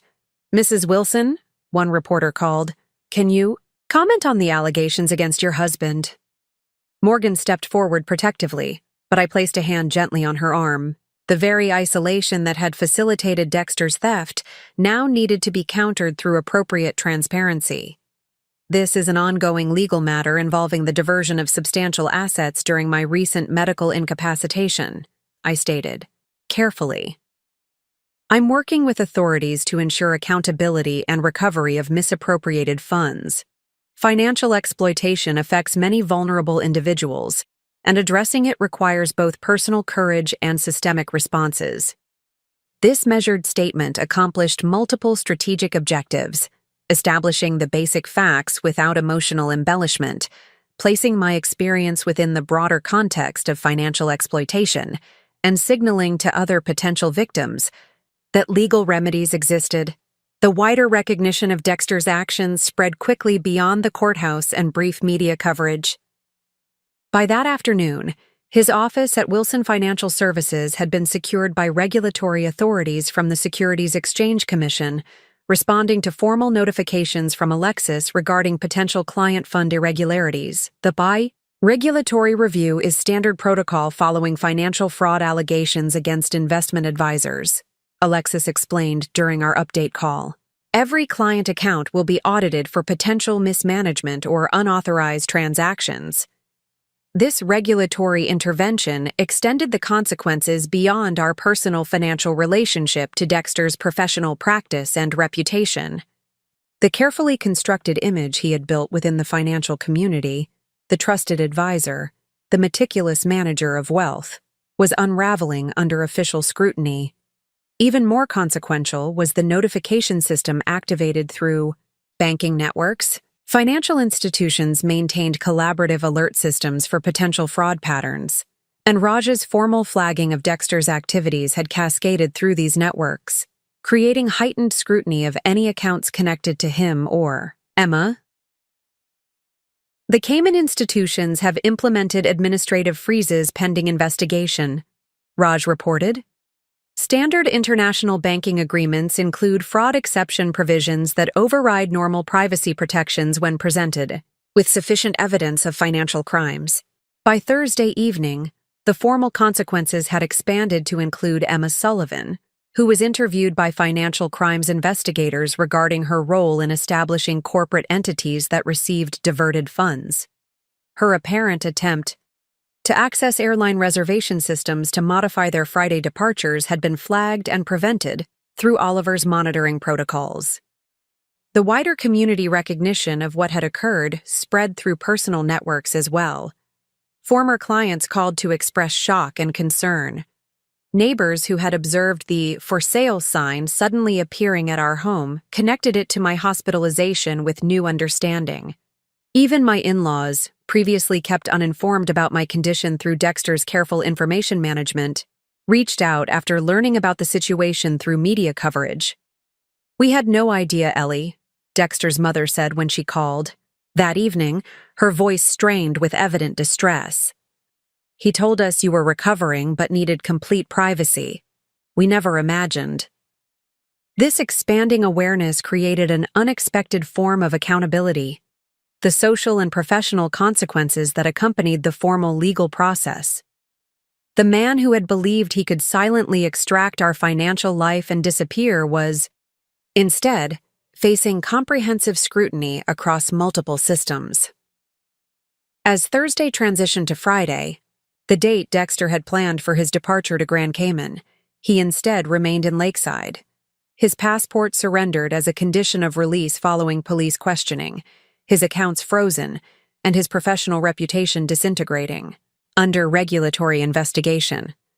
The formal consequences had only begun to unfold, but their trajectory was now irreversibly established through legal, regulatory, and social mechanisms that would ensure accountability for his betrayal.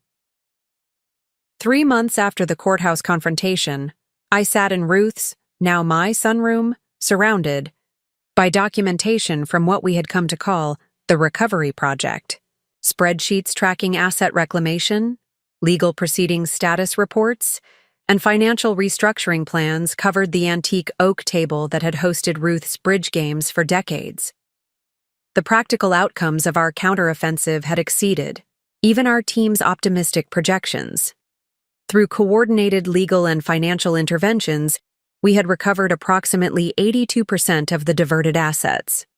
The remaining funds, primarily those Dexter had already spent on luxury purchases and travel with Emma, would eventually be addressed through the civil judgment now formally entered against both of them. Dexter had ultimately accepted a plea agreement on reduced charges of financial exploitation and wire fraud, resulting in a 30-month federal prison sentence and restitution obligations that would extend well beyond his incarceration. Emma had negotiated a more limited plea focusing on her role in establishing corporate structures, resulting in probation and shared restitution requirements.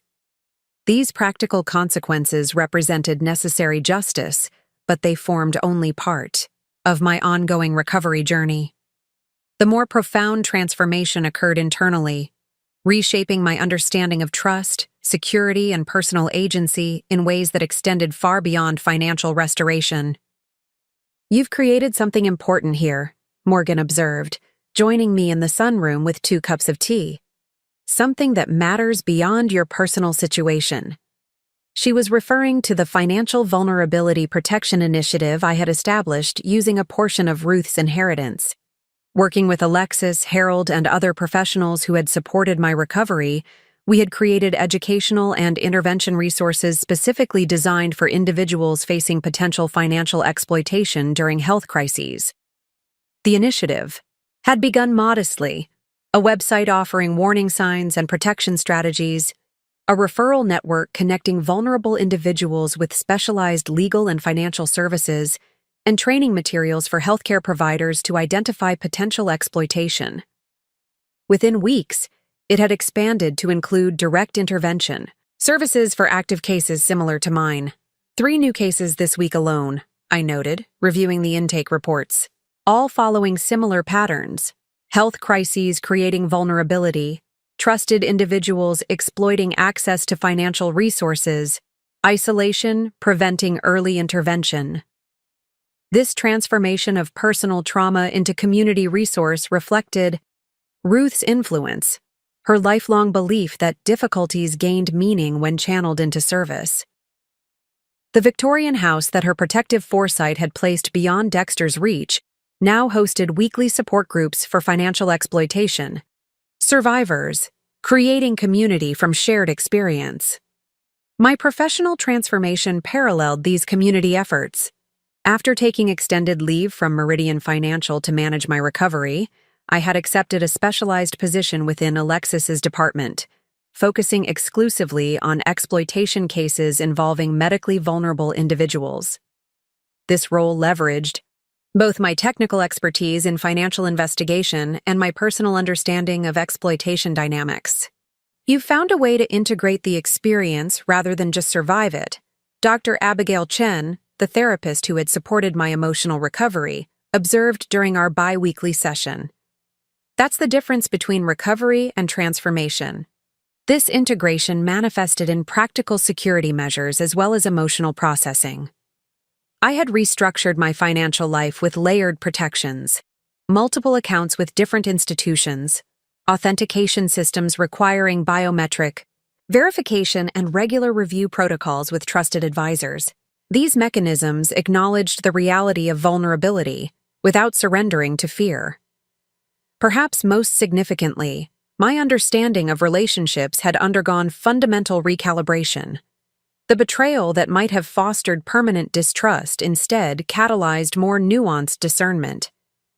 I had not withdrawn from connection, but had developed more sophisticated assessment of relationship patterns, distinguishing between authentic support and performance of care. Morgan had relocated to Lakeside, accepting a teaching position at NUN, the local university that allowed her to remain close while maintaining professional growth. Kelsey had become both friend and collaborator in the Financial Vulnerability Initiative, contributing healthcare perspectives to our intervention models. Alexis, Raj, Adam, and others who had formed our response team remained connected as both professional resources and personal supports. Through these evolving relationships, I recognized that Dexter's betrayal revealed more about his character than about the fundamental possibility of trust. Some connections, like those with Morgan, Ruth, and the team who rallied around my recovery, demonstrated that authentic support existed alongside the reality of exploitation risk. "You've built something stronger than what was taken," Morgan noted, gesturing toward the initiative materials spread across the table. That's the part Dexter never anticipated. Indeed, the man who had systematically dismantled our shared financial life could never have foreseen that his betrayal would ultimately catalyze not just recovery, but transformation, creating resources, awareness, and intervention systems that would prevent countless others from experiencing similar exploitation. As spring sunshine filtered through Ruth's carefully preserved stained glass windows, illuminating both recovery documentation and initiative planning materials, I recognized that my grandmother's protective legacy extended beyond the financial inheritance that had secured my immediate stability. Her true gift had been modeling the transformation of adversity into purpose, a template I was now following in my own distinct way. The vulnerability Dexter had exploited had become the foundation for both personal resilience and community resource. A.D. transformation that redefined victory far beyond the courtroom confrontation or asset recovery statistics. 1 year after my hospitalization, I stood before an audience of healthcare providers, financial professionals, attorneys, and survivors at the first annual conference of the Financial Vulnerability Protection Initiative. The gathering represented the formal expansion of what had begun as my personal recovery strategy into a structured organization addressing systemic vulnerabilities. "Financial exploitation during health crises thrives in isolation," I explained, concluding my keynote address. "The perpetrators count on shame silencing victims, on systems operating in silos rather than coordination, on the gap between medical recovery and financial protection. Our work bridges these gaps, creating connection where isolation once enabled exploitation." As I surveyed the room, filled with professionals who had committed to implementing protection protocols and survivors whose experiences informed our approach, I reflected on the philosophical journey that had transformed a personal betrayal into a community resource. The fundamental question underlying this transformation wasn't simply how to recover what was taken, but how to create meaning from an experience designed to diminish rather than enhance life. Dexter's actions had been intended to reduce me, financially, emotionally, and physically. Yet the ultimate outcome had generated expansion instead, wider professional impact, deeper personal resilience, and broader community connection. This paradoxical result reflected what philosophers call post-traumatic growth, the capacity for significant positive change emerging from life crises. The betrayal that might have fostered permanent victimhood had instead catalyzed a more purposeful trajectory, not despite the trauma, but through its integration and transformation. The Victorian house that Ruth had protected from Dexter's reach now served as both home and headquarters for the initiative, its architecture reflecting our philosophical approach. The structure maintained its historical integrity while incorporating modern security systems, honoring tradition while acknowledging contemporary vulnerabilities.